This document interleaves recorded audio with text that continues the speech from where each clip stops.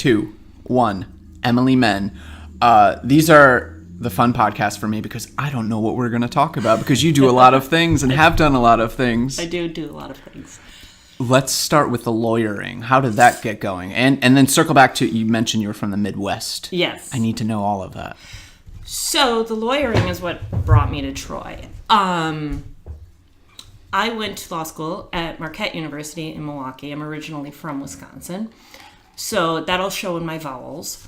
And I focused my law degree on conflict resolution. Mediation, arbitration, restorative justice work. And it's a fairly niche market. So I was looking for job opportunities all over the country. And I knew the Northeast was an area that I wanted to look at seriously. And so I came to Troy for the first time for a job interview. And I flew in, rented a car, and I drove down Route 7. And you know when you come down Route 7 and you go under that underpass and all of a sudden Troy opens up and it was at night and it sparkles. And I'm like, this is a special place. It sneaks up on you from certain angles. Yeah.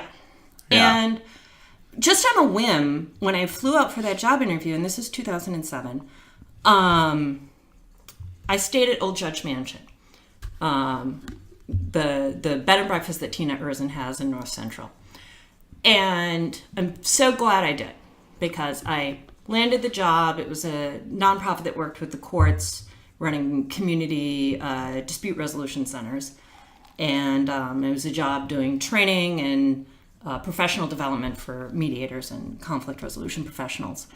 And I scored the job. Nailed it. Was Troy your first interview? Was this like Milwaukee right to Troy? I had interviews around the country, and this was one that was really the first one that I was like, oh, cool. But I scored the job, and then I was like, I'm starting in like 2 weeks, and I'm moving cross country to a place I don't know anyone. And I said to Tina, I was like, I need a place to live. Where should I live? And she was like, oh, I have friends who have an apartment open. And it was John and Char Tedesco. And John is he's the chief of police that just retired. All right. And so they had a apartment on 3rd Street, right just south of Washington Park. And I saw it and was like, yes. And they were like, yes. And well, as soon as you see Washington Park, aren't you like, oh, do I get a key? Do I get to go in there? Well, and this was the block there by Kennedy's Towing. So it's the first block south. So it's that first block into the Little Italy, sort of the beginning of South Troy.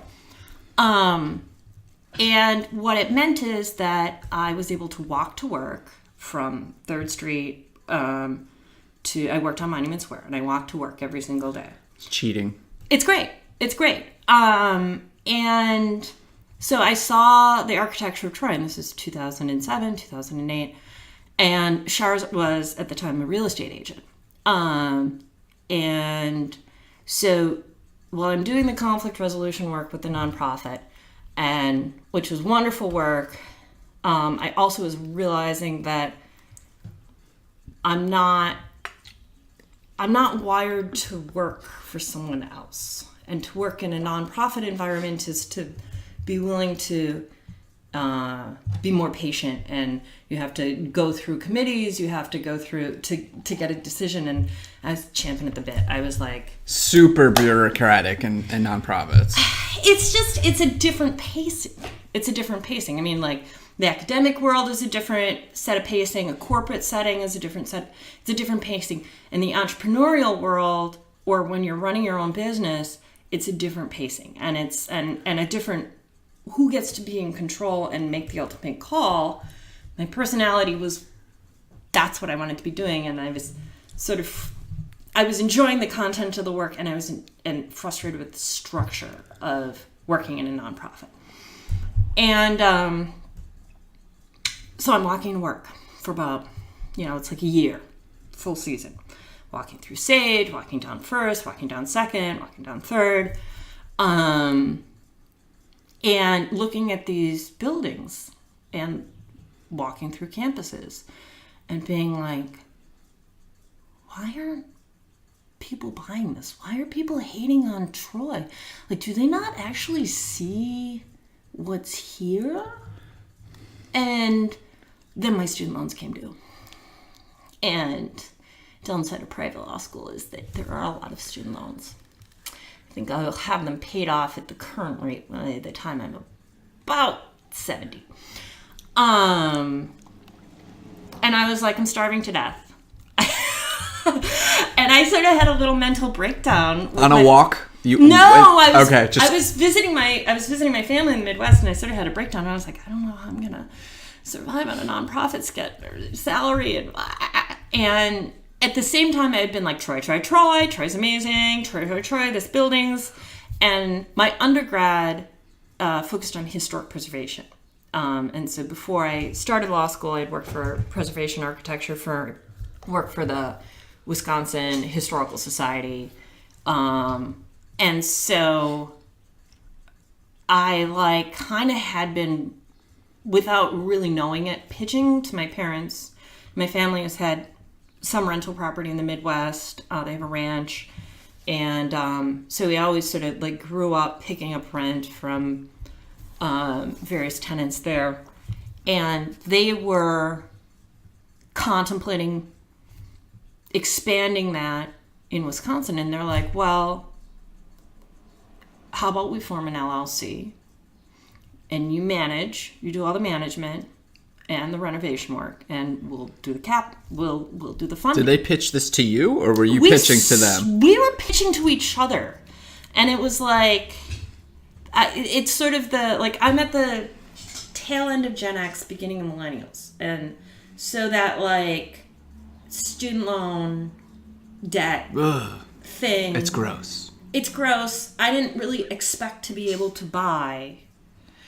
And I never expected to become a full-time landlord. But we formed a company together. They're the best business partners you could possibly imagine.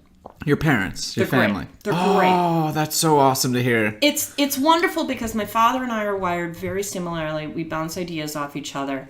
My mom is this just emotional rock, So when you hit the frustration point, she's very pragmatic.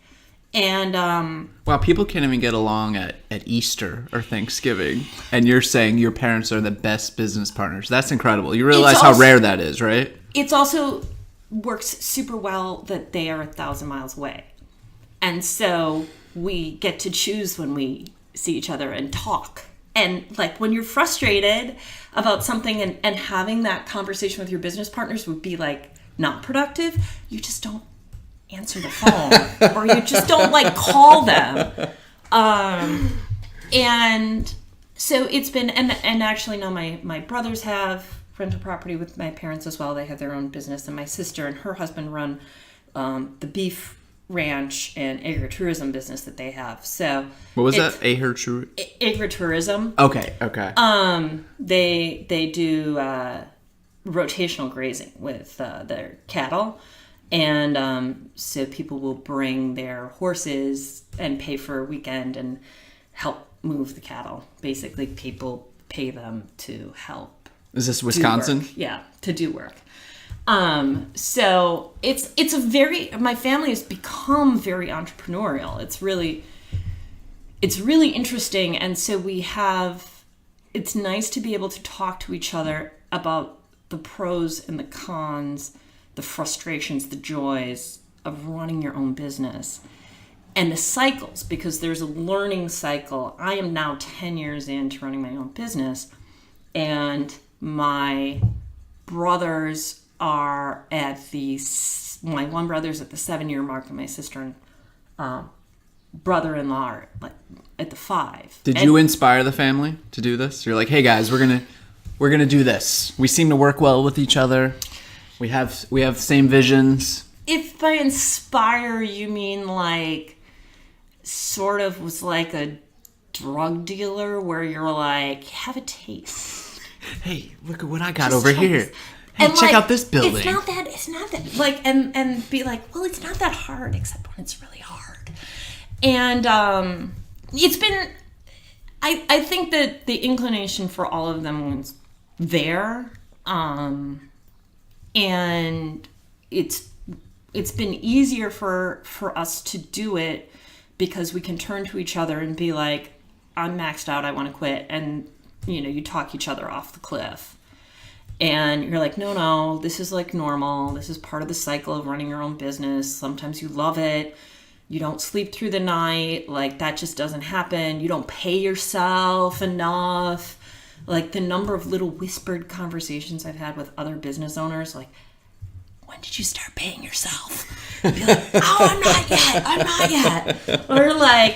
Have you had to be talked off the cliff in this 10 years? Oh, totally. There've been times when I'm just like, a couple years ago, I was just like, I'm licensed to practice law in Wisconsin, but I never, like being a landlord, I don't need to be licensed to practice law in New York. I already pay bar dues to not practice law. I don't need to do it in 2 states. But I was just like, yeah, I could probably get waived into the New York bar at this point, and like, should just practice law, and like, this is such a pain in the ass. You have water pouring through a ceiling, or like, tenants having meltdowns, or like, You're relying on a lot of people, and a lot of people are relying on you. That's where it gets You have tough. you have to be a landlord and not become embittered. And darkly cynical. You have to love people, and you have to you have to be willing to let people be people, warts and all. And I have to say, like, the combination of my historic preservation and understanding how buildings work, old buildings work, and then understanding through conflict resolution how people work and problem solving can work. They're a really good skill set that comes together. And then having this just like baseline support of a family who can never be rid of you, who are not only they're empathetic and they understand the rhythms of business and they're rock solid. So And then I also have the independence. I have enough physical space, I have enough mental space that I get to make the decisions and they've got my back. So I'm in this it's clicked for me, like, sort of that I'm at the 10-year mark. And it, like, this year I've had a lot of revelations about, like, all these different pieces, how they've merged together and how you bring them together and you cultivate that. And, the fun of the day-to-day, fixing buildings up. I spent the last week renovating a kitchen. Like, I can gut and redo a kitchen in a week with a day off on Sunday. And, it's in part because I have the right people to turn to. It's also in part because I can, and this is an apartment that's occupied. So my tenant doesn't have a kitchen sink for a week. He doesn't have a stove. So that's some extra pressure on your part. Right. Like, we got to get this right as fast as we can do it. It's also about managing expectations, where I'm like, you're not going to have a sink. Like, you got to plan to eat out. He is his apartment is right by mine. And so, like, I'm also like, yeah, come over and, like, you can use my stove. I mean, not many landlords will do that. But, like, that's the practicality of, I want to make this thing, a particular project work on a particular timeline. And you have to have that flexibility. And it also means you have to have a certain degree of engagement with your tenants, but also good boundaries and just really clear expectations. And I think so much of the conflict resolution and the negotiation component of it, where a lot of landlords run into problems, is they're either too rigid, too accommodating, and they don't do a great job of, or the challenge is you have to lay out expectations from the first phone call, from the ad. And, my ad not only lists all the things that are great about a particular apartment, but it also describes the neighborhood, because I always think about the fact that I moved cross country, not knowing anyone. I got so lucky. I chose to stay at a small business instead of, like a hotel. Right. And that extra piece of information hooked me into a community very quickly. And so I always think about, I try to put myself in the position that someone who's new to Troy, new to the capital region, so they can come here and very quickly not only settle into their apartment and their job or school or whatever they're doing, but a community, because then they're engaged and they're likely to stay and they're likely to spend more money, go to more businesses, not be afraid, not just Netflix and Grubhub, you're out. You're Do the engaging. Emily Menn method of growing something, planting a seed and growing it. Yeah, or doing it to the degree that they're comfortable doing it, which is, frankly, just leave the house. I think it's really easy to not leave the house. Do you know what's awesome? Yesterday I canceled my Netflix subscription. I was like, I watched this like 5 times in the past 2 months. I'm bored. Yeah. And about a decade ago, we cut our cable. Yeah. And Yeah. before it became a cool thing to do. Yeah. I'm like, oh my God, this feels so great. Yeah. This felt so great. Netflix is like, we're so sorry to see you leave. But you're right. It's you have to come here and you have to experience it, because this is a dope little city. It's a really magical place. This is. And the buildings, that's the reason we fell in love with here too. Like, you were counting your walk from where you lived, right near Washington Park, all the way to Monument Square, and walking through Sage, seeing these beautiful buildings. That's what convinced us to move here. Yeah. We've only been here under 2 years, but we were deciding whether to live in Troy or Albany, or just some other random place. Troy didn't even really strike a chord with me. I grew up a couple hours from here, and Troy and Schenectady and even Albany back in the day in the 90s and stuff was like, you don't go there. Right. You don't go there. That's a terrible place.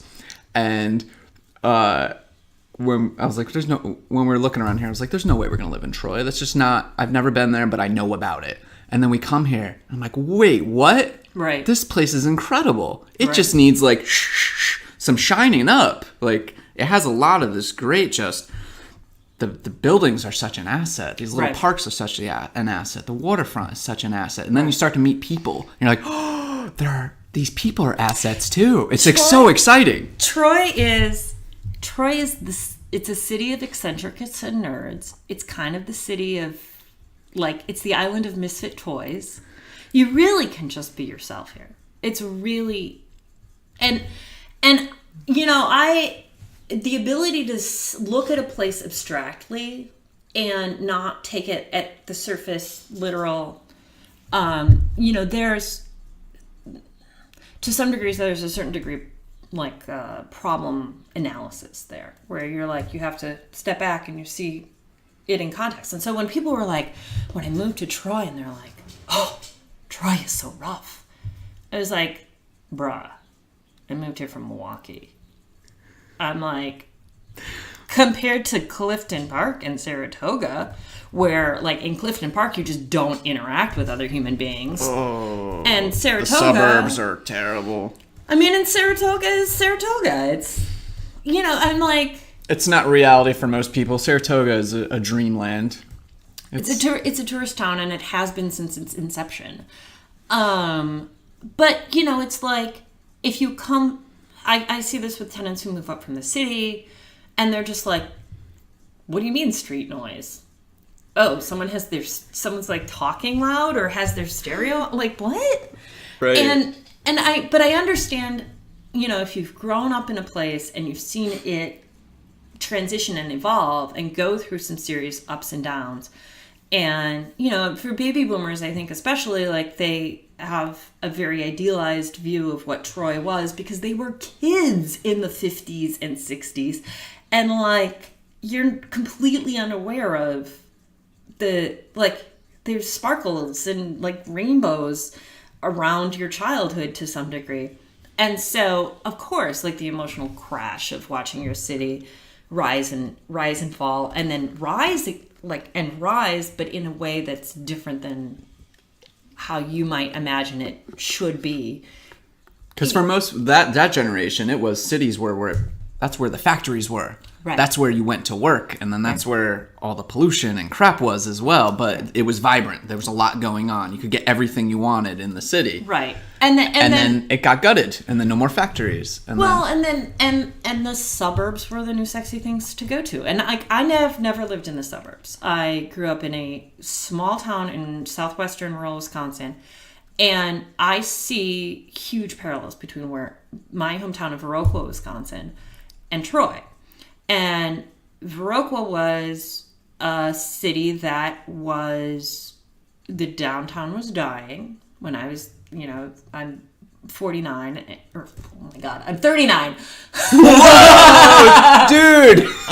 I'm 39, yeah, holy this crap. whole time I was like, hey, we're probably roughly the same age, and you're throwing 49 at me. I'm like, No. I have to rethink my eyeballs. My eyeballs have to recalibrate here. No, I'm 39. So, like, growing up in the 80s and graduating high school at the end of the 90s, I watched it's one of the poorest counties in Wisconsin. There's a ton of organic farming, and a lot of Amish, a lot of Norwegian bachelor farmers, a lot of cheese, and it was the epicenter of the growth of organic farming in the Midwest and Did they call it organic back then as well? Yeah, actually. Before it became a catchword? So, the company Organic Valley, which is milk and cheese, you've probably seen in the grocery store. Big guys, yeah. Yeah, so George Seaman, who started that company, it's the Cooley,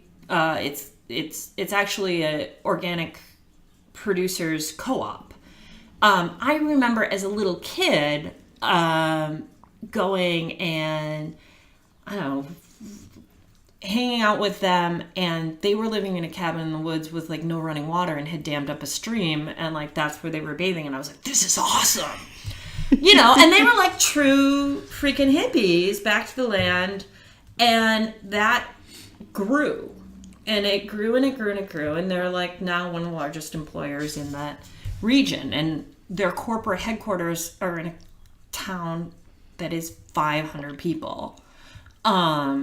And so so that, like, you watch an entirely new industry develop from essentially nothing. And because it's meeting a need that was there. And my hometown reinvented itself, much like Troy's did. Their main street was boarded up. I remember when Walmart came to town, and the grocery store, which was similar in size to where the building that Troy Kitchen is in now, closed. And but it was a walkable city. Our pool closed.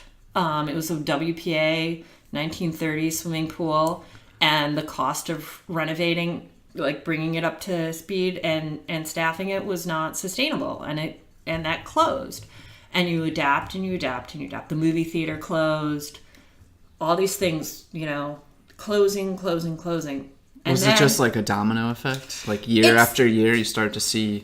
you see all these articles about, like, the towns, the dying towns of the Midwest, that kind of thing.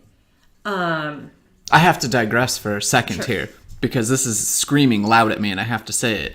You know the movie Tommy Boy? Chris Farley? He went to Marquette. Yeah. Okay. I know. Yeah. There's he went to Marquette, and so there's that, and he goes back to his town where he's from, which I think was in Ohio, but it was the same thing. It was the same, like, oh man, I can't believe that closed down. Oh man, I can't what happened to that factory? Oh man, what happened to that part? Like, what happened to the movie theater? And it was all of that. So you just retelling this, I can't help but think of Tommy Boy. Yeah. And some parallels there. There's, I think, a lot of parallels throughout the country. Right. And so, you know, you hit a certain point where you're like at a fork in the road. And you either continue to accept this trend or you do something in reaction to it. And my hometown, Viroqua, developed it became what's called a Main Street City, which was a program that was starting in Wisconsin to do economic development for, you know, literally, like, we had like 3 stoplights. That's your water, by the way. Thanks. Okay. And they formed essentially something that's very similar to Troy's bid. And they focused on, rather than trying to attract like one big business that would come and save the day, or like, you know, and you've seen this in the capital region where like Schenectady's taken that tact where they put in the casino and it's gonna be here to save the day. Oh God. And it's high risk. Or one developer that's gonna come in and fix all the problems.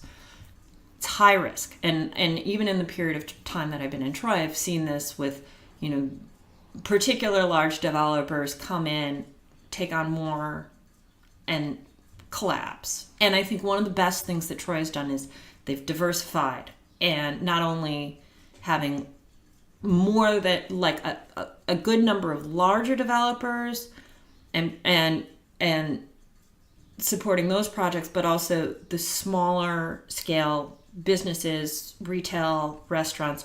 There's very low, because the rents are affordable, there's low barrier to entry, and I think it's one of the things that's sustainable. And like going back to the parallel with my hometown, is they took that same tack that Troy's taking, and it's proven to be exceptionally successful. And it's really become a destination city for the state of Wisconsin around food. One of my high school classmates has a tiny little restaurant. Tiny. I mean, it's probably... But he was a finalist for James Beard Award, which is one of the best, you know, best chefs in America. And it's all farm to table. He's done a ton of advocacy about healthy food in schools, and you start to develop the momentum, and the momentum is really, you develop the people. So even someone whose business doesn't survive, you know, for ever, still has developed, by starting their own business and running it, a body of knowledge, and they are able to share that with other people who are entrepreneurs. And then you slowly but surely start to add anchors. And the thing that drew me into architecture and a love of old buildings was when I was in high school, we had a storefront movie theater. It's very similar like the Porno movie theater on River Street. So 2 stores on either side and long narrow hallway, movie theater in the back, single screen. And the movie theater had closed. The storefronts were sort of occupied, and a group formed that, a nonprofit group that called the Associates to Restore the Temple Theater. The theater was called the Temple Theater. The building was owned by the Masonic Lodge. So there's like layers upon layers of really like different groups, different moments in life in one building. And so as a high schooler, I was on the executive board to help start the restoration process of this. And what we did is we got the marquee restored. And then after I graduated, they got a grant for a historic structures report, which then led to the ability to get funding and do fundraising to restore the theater. And then it was a live performance venue. And now one of my other high school classmates is actually, he's now the executive director, and they've started to show movies, and they do live performances. And so it's sort of similar to the music hall, where there's a heavy use of volunteers to make it profitable. or to cover expenses. But it again, it's like one of those anchors. And for me, it sparked an interest in how not only old buildings can be brought back to life, but also how they really become catalysts in communities. And like, there's this piece about buildings and living in and being surrounded by old buildings. They have weight to them, like gravity. If you're living in a house that's been physically standing there for 175 years, you are living and sleeping in a room where someone has died, someone has been born, lots of people have gotten laid, people have broken up, people have had all kinds, and that I'm not like a superstitious person, but I don't think that they're spirits that are doing this. But I do think that you can be aware of something like that, and it's a very different, you're like, holy crap, I'm part of this long arc of history. This building will outlast me. I will be dead, and this thing will still be standing. I love that you're speaking my language. Yeah. I love that. My parallel to that, I have so many questions for you, but my parallel is I grew up in Connecticut, and really old Stratford, Connecticut, 1638 or something settled. So a lot of cool old buildings, like really old cemeteries, like quintessential kind of New England coastal town. And I love that. And then I went to, one of the main reasons I went to school in Philadelphia is when I went to Philadelphia, I'm like, look how old old this city is. Look at these cobblestone streets. Look at Independence Hall. Look at all these brick row houses. This is incredible. This stuff has been here for America. It's been here for a long time. And there's just so much history. And you walk around and you're just like, what happened who else has walked on this street? Right. Like that cobblestone, how long has that been here? Who else has touched this building? Like, we're going back 200, 300, 400 yeyears that maybe somebody has touched that. And it's alive. Make no mistake about it. It's alive. And I dare not call it a mistake, because it was definitely an enriching experience. But moving to Florida and having lived in Florida for 10 years, where everything is cookie cutter, a strip mall, it just has no love. There's nothing there, and it's not even just because it's newer. Florida is a place that Florida's awful. People go to Florida to die. It's an awful place. It's a terrible, terrible, awful place. I don't recommend anyone go there, but if you want to go there, sure, knock yourself out. If that's your dream, we lived in the best place we ever lived in Florida was the last house we lived in. It was and for Florida, this is old, Delray Beach, right? We were 100 yards from the ocean, and it was a little 1934 cottage, which is very old for Florida. Big old, like, green shutters on it, beautiful wood house, and it had an old smell to it. Yeah. And it was still, like, that was so rare down there. It is so rare down there. And it still wasn't enough. Like, I was like, I just still feel like I need, and I love walking around cities and seeing other buildings and stuff.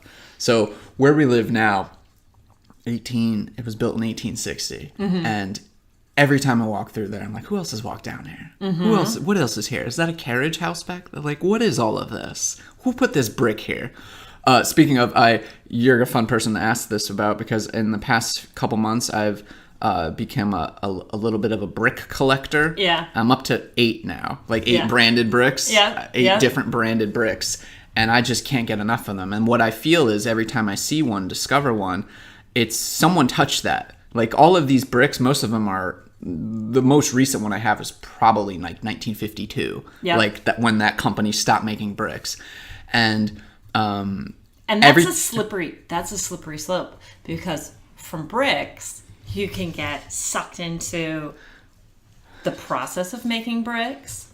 You can get sucked into how are bricks laid, and the patterns, and how far back some of the different bonds for bricks. You can get sucked into the whole world of masonry, which, there's And then you just learn how to read buildings, and you see where the additions are. You see the different types of bricks, the colors of bricks. Yeah, you're on a slippery slope. It's not as bad as railroads. Please don't talk about railroads. Please don't talk about that either. That? You're done. I'm insatiable. I'm insatiable. I'm aware of all of these pitfalls that are awaiting me, these rabbit holes that I will never escape from. I'm fully aware of it. I reorganized my bricks yesterday because I'm like, this spot isn't big enough for 8 anymore. Right. I have to separate them. Make sure when you start putting in shelving, make sure you find all the studs in your walls. And just make sure they're really anchored, because otherwise, I promise you, those shelves will fall off the wall, and you will have a brick pile in your living room. I just put 4 of them on one shelf yesterday, but it was like, all right, I'm pretty sure this is solid and up there. I mean, I may have a couple of bricks in my house too. And it's just it means, it's hard to explain to other people who don't understand that. It means a lot. To just look at them, to see a name on them, like people's names. And then I know I go to this website with brick collectors. There's a couple of them. A lot of them Hudson Valley. I mean, I've landed in the worst or best place to do this hobby, right? And so people have these Hudson Valley brick collections that are just, I just stare at them online, and I found myself going on eBay in the last few weeks, like looking for other bricks. I'm like, oh no, I don't walk anymore. Emily, walking from my house to here. Have you set the Instagram hashtag following bricks? I can't do it yet. I can't do it.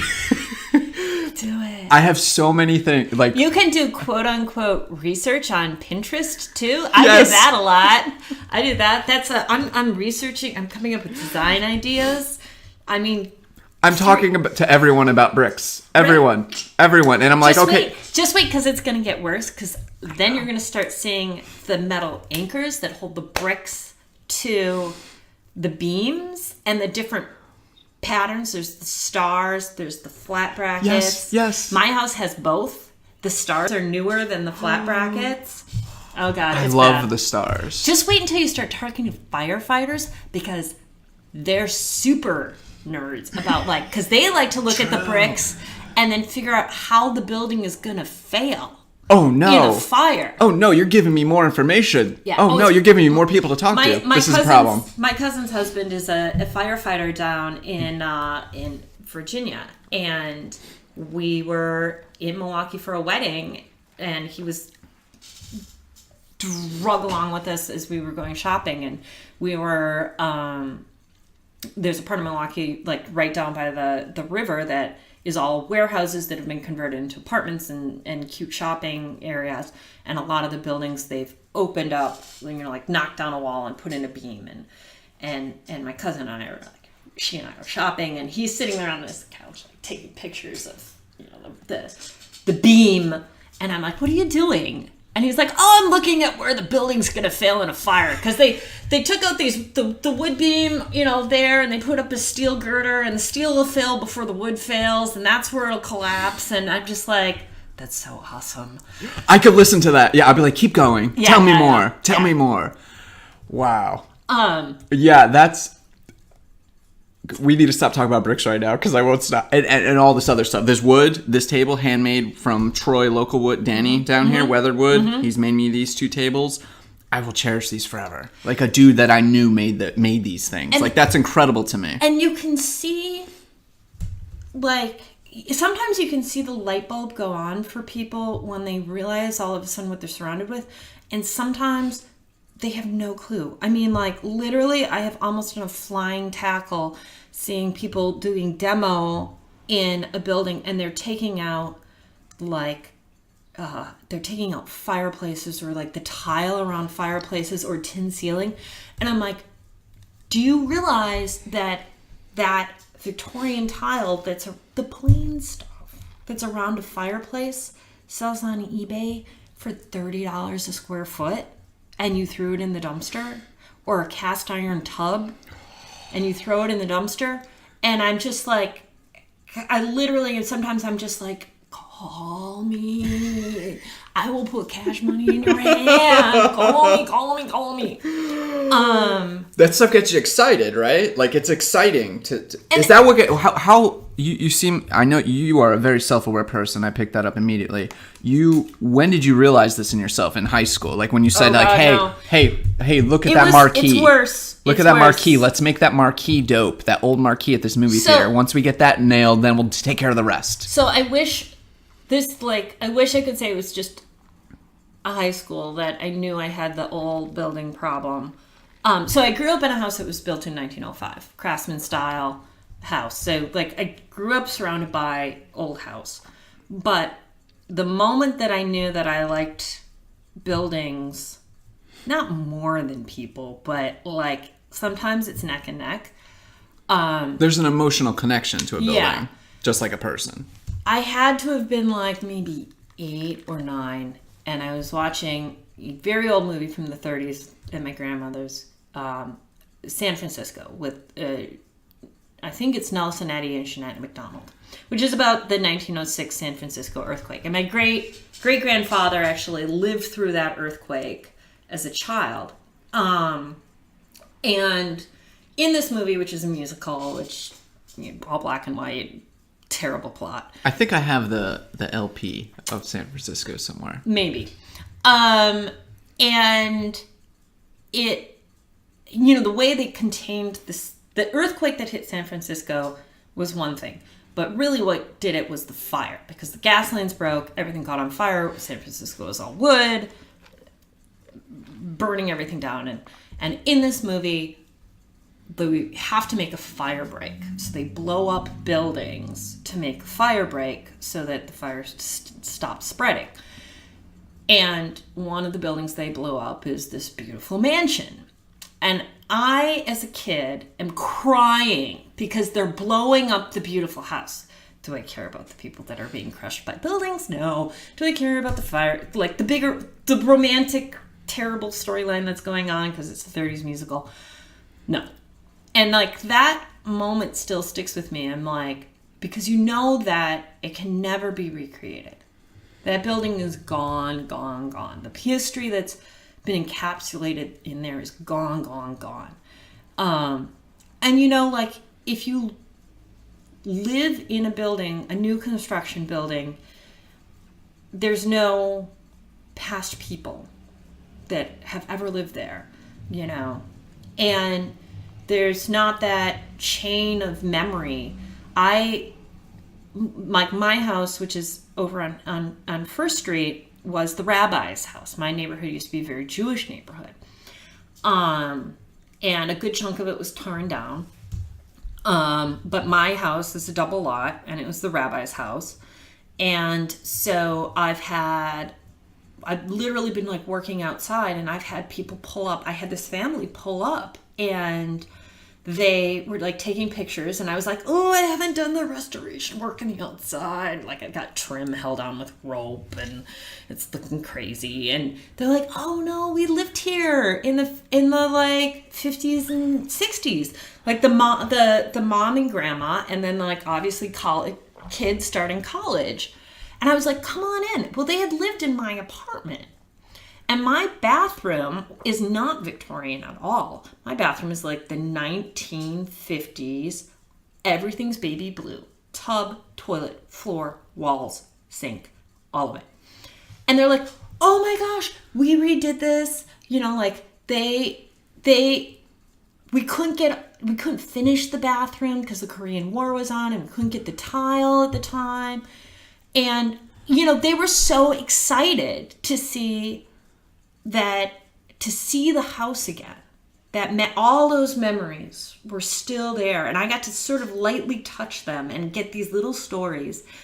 And I've done more work on my house and found like wallpaper that's in sort of same colors, and I'm like, I bet you anything those are her favorite colors, blues and greens, and I feel so lucky, like, because you keep finding these pieces of other people, and it's almost like they are an extended family for you. I mean, and to some degree, like having tenants too, it's like this social network, this extended family of people who not like some people just like they live in a place and like they move on. It's I've gone through periods of time where like there was like one year I had like 5 or 6 Kirsten, Christina, and they were all like really sweet white girls, 5'6" to 5'7". Oh God! Like, athletic leisure, psychology, therapy. Like, they're super nice, but I couldn't keep them up. Couldn't keep track. And I kind of felt bad about it, and I was just like, on the other hand, they weren't weird enough. And I am very lucky because I get to choose who I rent to, and I get to find the other weirdos like me and like cultivate them and keep them. You're watching a movie and you're the director of it. You're like, kind of am. Okay, casting call. Okay. Seriously. And they also get to choose me, and obviously like I'm not for everybody. I mean, like some people just literally want to be like Netflix, chill, like please no eye contact. Some people really want to live in essentially a building that has no history, has no detritus from other human beings, that long tail. Good SAT word. Yeah, I know, right? It's a really good one. Yeah, it's also a character from one of my favorite authors, Terry Pratchett, which is another... Fiction, nonfiction? Fiction. Okay, I don't know. I don't read enough fiction. Beyond excellent. Although I'm reading Faulkner right now again. The Unvanquished, I read that freshman year of high school, and I was like, whoa, this was difficult. And now I'm giving it a try again. I'm like, oh, this isn't so hard. But, no, I mean, I would say like some of the most useful books that, or thought-provoking books that I ever could recommend is probably the most valuable one is called Getting to Yes, which is a book out of the Harvard Negotiation Project, and Fisher and Uri. And I would say that is the most valuable book I was exposed to in my law school career. And it's a book about negotiation, and it's about what's called interest-based negotiation. And it's basically like the polar opposite of like all the stuff that Donald Trump thinks he's good at. And I found it to be one of the most useful approaches to resolving conflicts with everybody, tenants, the people you work with all day long. And then also, like, for fiction, that's probably some of the best insights into human nature. Sir Terry Pratchett, the Discworld series. Phenomenal. I don't have my pen and stuff. I never go back and listen to my podcast, but I'm going to go back to this point. And remember what you said, or just have you write it, or I'll just write it down once we're done here. Sure. Because I do not take book recommendations. I very much take them. Those two, like, and I have to say, like, the negotiation piece is part of everything. It's part of being a good neighbor. It's part of running a business. It's part of managing. I usually have between like 80 and 100 tenants. And so I'm sort of like the principal of a very small kindergarten class. And it's so much as managing expectations, and training people up front, so that they can be successful. And, I always tell my tenants, whether they want to hear it or not, I'm like, I only rent to smart, capable people. So, like, when they're like, my neighbor's really loud, I'm like, I have every confidence in your ability to resolve this problem. Thank you. Oh, I have every confidence in your ability because I only rent to smart, competent people. I.e., you gotta go knock on their door and talk to them. Can you go talk and be nice? Can you go be reasonable? Yeah. Well, you hit upon it with the kindergarten metaphor. I mean, that probably hits spot on. The thing I've realized getting older, which is that, wow, everybody's still a child. Like, they still want you to do things for them all the time. And there's that. Like, I've come across people like I'm like, hey, I've had neighbors like that. Hey, can I go, hey, man, can you turn that down, please? It always works out. Yeah. It's always works out. It never has not worked out. We're like, nah, man, I'm not turning this down. It's like, just go talk to someone. You'll probably make a friend. Like, why are you afraid to go don't call the cops. Don't call your landlord. No. Just go talk to them. Don't bang on the ceiling with a broom handle. Like a la old lady style. It's not productive to necessarily go on social media and complain. But, I do have to say, so, like, I'm that weird... I've heard it described a lot of different ways. Like, that tail end of Gen X, beginning of millennial, like, didn't have email till college, didn't have cell phone till college, but had the internet. But, like, we're like, what was it? The Oregon Trail generation. Mini generation. And obviously, like, now a lot of my tenants are millennials. And I've found, but a lot of my tenants, when they move on, they're either moving for, like, the next step up in a job, or they're finishing graduate school, their doctorates. They're getting married, they're having kids, or they're buying a house. More and more of my tenants are buying a house. And so I always tell them, I was like, after you rent for me, I want you to have like be ready. Be ready so you can buy a house, and, like, have some baseline skills, recognizing that your parents probably didn't teach you. And especially, and it's a marked difference in the skill set between kids that have grown up in the country or the city and suburbia. And suburbia, really, there's something about the isolationism and it breeds frailty. I think it's because you don't interact with people, and people are like, oh, country people, they don't interact. No, I'm sorry. Like, growing up in the country, in a rural area, no, man, everybody's up in your business way more. You have less privacy in the country than you do in the city, less anonymity. And all you people that are thinking about, like, escaping to the country, just be aware your neighbors will know when you're home and when they're not. Yes, you need blinds. Our first, when I mentioned earlier, we lived in Florida for about 10 years, and, like, it was always like it's a weird place, just because it was like part suburbia, part city. There was just people everywhere, but it wasn't walkable. Right. So it was no still sidewalks. Like, it was just like you still could be isolated, but you would always see people, but you would never interact with them because you were always in your car. It's one of the reasons I hate LA so much. One of the least favorite places in the world. But once we left there, I was like, hey, we got to get out of here and try something else. We moved up to St. Lawrence County, New York, and the town of Kenton had 2,000 people, 3,000 people, something like that. And everyone knew everyone all the time. You wouldn't go anywhere and not run across people.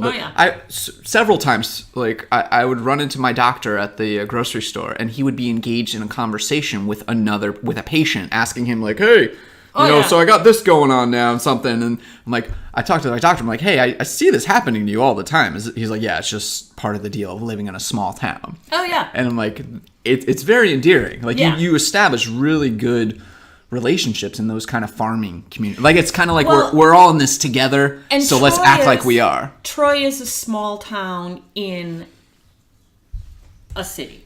In a urban environment, it is a small town. And like, I try to help my tenants mentally prepare for, like, the fact that, some of them will go back to suburbia. And I can tell the ones who come from suburbia, and, like, some of the pieces of advice, I show them how to, like, flip a circuit breaker on and off. Here's the water shutoffs if you have something running or leaking. Like, I have to charge them for water, in part to offset my costs, but also because I'm like, listen, a running toilet, constantly running, costs $200 a month. And I'm like, you're going to own a house someday. And if you have a basement toilet that's running for 3 months, and it's $600, that can be your mortgage payment. $600 additional, bigger water bill. Like, you could lose your house because you can't make a mortgage payment because you didn't pay attention to something that's a $10 fix. I mean, it's like, for the want of a nail, you know, the war was lost. And they're like, oh. And I'm like, I'm not charging you this water because I'm a greedy landlord. I'm charging you so you have an economic incentive to tell me to fix this. And if I don't get to it, that's on me. But, you know, like that, and the same for trash. Like, the city of Troy started charging a trash fee, and they made people aware of what the actual cost of trash is. And certainly there's a lot of controversy about that. But when you assign a dollar value to something, people ascribe worth to it, and then they also demand quality services. You know, like, that's the downside. Like, now if my trash can is tipped over or broken, I'm like, I pay all this money. But, you know, it's there's certain things, and it's, you see these aha moments go on. And one of my most recent one is, I tell my tenants, especially if their families are local, do not give your parents keys to your apartment. Because you'd be surprised how many people do. Or parents just demand them. I was blown away because my parents dropped me off at college and were like, peace out. We'll see you at Thanksgiving. You're not moving home. And I'm like, they're like, oh, but... And I'm like, no. Here's why. You will never get laid properly again if your parents have keys to your apartment. And they're like, what? And I'm like, no, here's how it works. You're having a romantic Netflix and chill night, and you're like real deep into some binging, if you know what I mean. And mom is going to roll in and like, honey, I brought you a lasagna. Yeah, pretty much. And you're like, you know, handcuffed to the bed. And well, there's like, that extreme, but right. Then there's also just have that conversation, say, with a potential partner, mate, and say, oh, my mom has the keys to here. She could just let herself in. Like, Ew. What? Ew. Yeah, like, wait, why do your parents have... You're not that independent. That sounds really needy. Like, right. who's the needy one here? Your parents? You? Everyone? Like, are you going to be needy towards me? And I think, like, millennials will be the ones that are often blamed for it. But often, I've observed, it's the parents. And if there's not someone who's like part of my job as a landlord often is to be like, I'll be the bad cop. You don't have to have a conflict with this other person. You can just be like, my landlord's really strict. And I have a clause in my lease that says guests can't stay more than 2 weeks in a calendar year without the landlord's permission. And I literally, when they sign the lease, I tell them, I was like, you have that girlfriend, boyfriend that does the like slow, sneaky move in and then won't leave. You let me know. I will send you the eviction letter that cites this, and you hold this up and you say, you gotta go. And I found it's been really a tool that's helped guys out more than women, because they sometimes they're like, I can't. There's a certain almost trapped, like just inaction. It's better to just not. And I'm like, no. I did that for one tenant, and you know, the ex-girlfriend was sort of heard through the rumor mill that she was like, yeah, she got a restraining order against me for the building. And I'm like, that's not a real thing. But whatever, you know, like whatever. It worked. It was the story. Every story needs a villain. And if I could be the villain and make my tenant's life, who I'm in a contractual relationship with, like, that's my job. But you can take being the villain. You're clearly, totally. You're like, oh, fine, I'm the bad guy. Okay, that's fine. I got like a cake. That's fine. I need a smoke machine, but like I'm strong enough. That's fine. Not a big deal. I'm the bad guy, but you know the truth is what you know that they don't know. It's like, no, I'm not the villain. Right. You know what's glaringly obvious is you like helping people. I do. You really do, because you're not just trying to just get that cash, that sweet landlord cash. Yeah. You're trying to teach. Which you get to roll around in, you know, for about 24 hours, and then all those sweet knock, landlord knock. bills come. Yeah, those bills show up. I know. Well, I'm hoping that when the revolution comes and after, all the government officials have been guillotined, usually up next on the list is anyone you owe money to, significant amounts of money to. So, like, will I be super sad when I see the student loan folks getting guillotined? Can't say I will. No. But I know that I will be next, and I'm hoping that I have a good enough relationship with my tenants that they give me a heads up and I have some time to do a runner. I don't know. You come across quite a bit of a revolutionary yourself, so I don't know that you'd be on the guillotine. I think you have a little bit of a village. No, You've created a little village with your kindergarten class where you're the principal, and you have people that you trust. You have a little tribe. You have a tribe. I do. But revolutions also eat the revolutionaries. I listen to a lot of history podcasts while I work. Me too. I love history. And the thing about being a landlord is you're a repeat player. So you see trends. I can tell when people are going to get engaged. I can tell when they're going to break up. I can tell when they are gearing up to have kids. They always ask for a dog. I always say no. I say for the ring. We got a dog about a year ago, and everybody's like, "Oh, is it practice for a kid?" I'm like, "Don't you freaking say that!" I was like, "This is just no, it's not." I was like, "This is a dog." I was like, "For everyone else, it is. It might be like, oh, we practice with the dog now, because that is what everyone does. Like everyone does that." And then so when they try to drop it on me or my girlfriend, I'm like, "Not at all, man. Like, this is a dog." Is it a big dog or no? He's a little 20-pound Shiba Inu. That means you have more. You're not spending all the money on dog food, so you can save more money for the ring because that's what you really need. I don't buy rings either. I'm a bit unconventional, like an Emily Menn. I'm a bit unconventional. I don't need any of that. You're gonna need to save for something, so start saving because you gotta practice, kid, dude. You gotta practice, kid. No, another 5 to 10 years. I love little kids is the problem. Like, little kids are awesome. I grew up in my mom had a daycare in our house. Mm-hmm. So my entire early teens through mid-20s, I would go home and be like, "Hey, Uncle Dougie, hey." Like, there's always a group of kids in the house. And then my niece and my nephews are the coolest. So I absolutely love kids. You heard that sound? I did. I don't know if that means let me check that real quick. No, it is not a practice. My dog is a dog. He's not a person. Dogs are dogs, and they can be more than one thing.